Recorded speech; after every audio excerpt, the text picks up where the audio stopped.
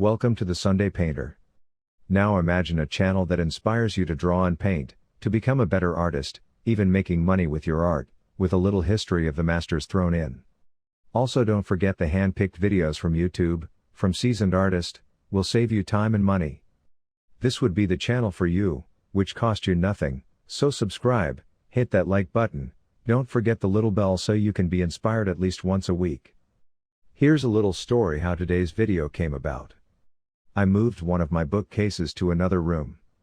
As I unloaded each seemingly 100-pound book, it dawned on me on how many art books I have, must be over 1,000 easy. 50 years of collecting gave me a good workout, think I even broke a sweat. As I was reloading the bookcase after moving them across the house, I saw a book I have not seen for a while. I cracked the book to relive some memories of forgotten paintings. It all came back to me how great this artist was. So today we are going to spend some time with Maxfield Parrish and his unbelievable beautiful paintings. Stay around to the end and hear my thoughts on how you may use this newfound information in your work. Leave a happy comment, or let me know if there is an artist you would like to learn about. I also have this cool distressed inspirational tee design, created just for you in this art lesson. Take a quick look at my wearable art with other creative designs to keep your spark hot. There is a link in the description below the video. See you on the other side.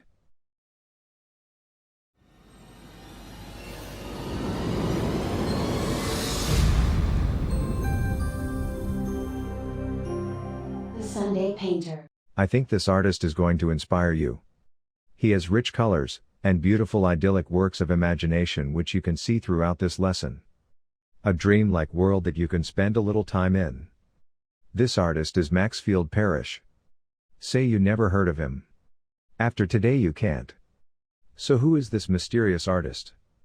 Maxfield Parrish was born in Philadelphia, Pennsylvania, to painter and etcher Stephen Parrish and Elizabeth Bancroft.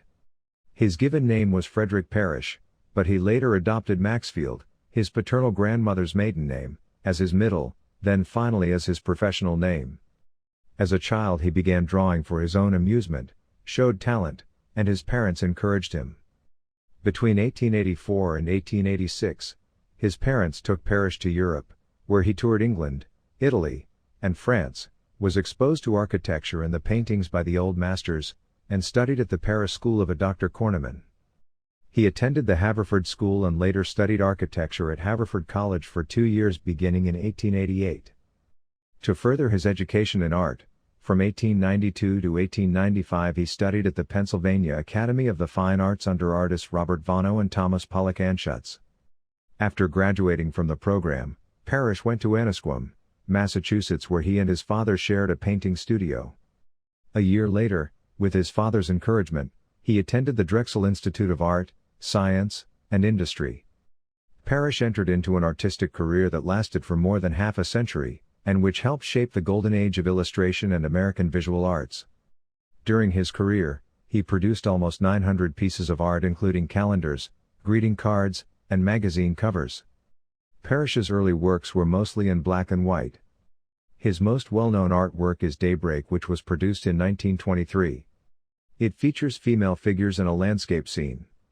The painting also has undertones of Parrish blue. In the 1920s, however, Parrish turned away from illustration and concentrated on painting. Daybreak is the work on my inspirational tee design and is my favorite. When I was a teen many years ago, I had a poster of Daybreak hanging on my wall for inspiration. Thinking, the magical world woven by Parrish, usually with the color lapis lazuli in its purest form. His signature use of this color was so powerful that a certain cobalt blue became known as Parrish blue. His idealized images with figures of feminine pulchritude adorned in classical gowns with backgrounds of electric violets, radiant reds and rich glowing earth-tone pigments, created an idyllic world indeed. Other images had scenes embellished with billowing clouds and a fairy tale ambience of maidens and knights lying under porticos, and these were equally harmonic, idealistic, and beloved. His lush coloristic effects with extraordinary detail and academic perfection were first broadly recognized by the American public in the 1920s, and they rewarded him with an unrivaled national popularity. In 1925, 1 out of every 4 households in the United States had a copy of one of his art prints hanging on their walls. In a survey taken at that time by a group of art print publishers, findings showed that the three favorite artists were Cézanne, Van Gogh, and Parrish.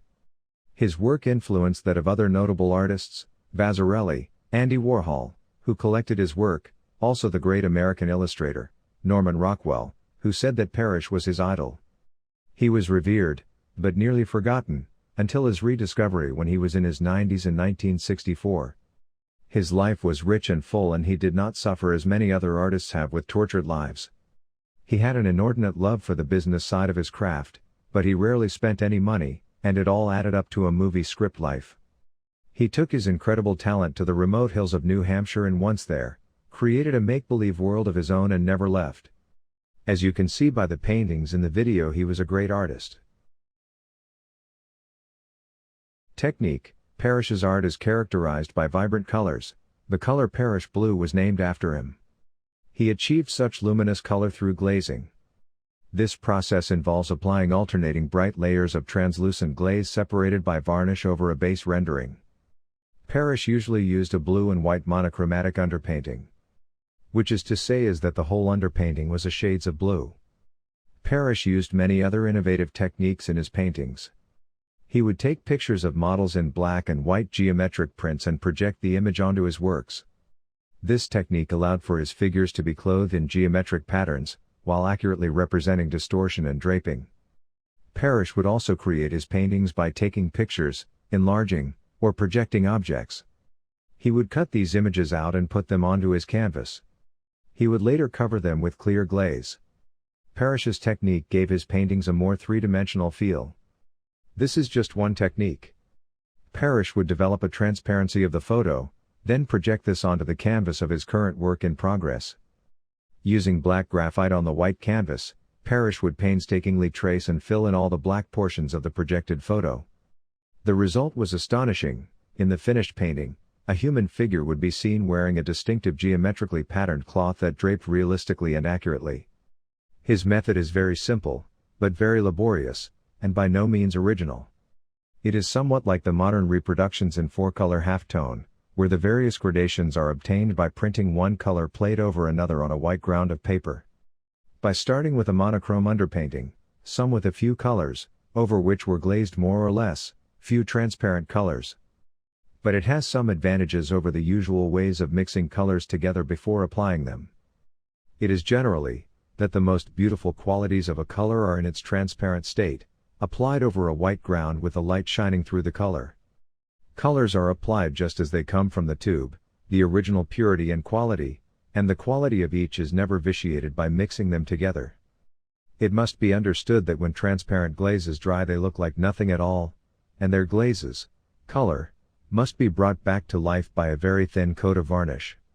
This varnish also protects one color from another.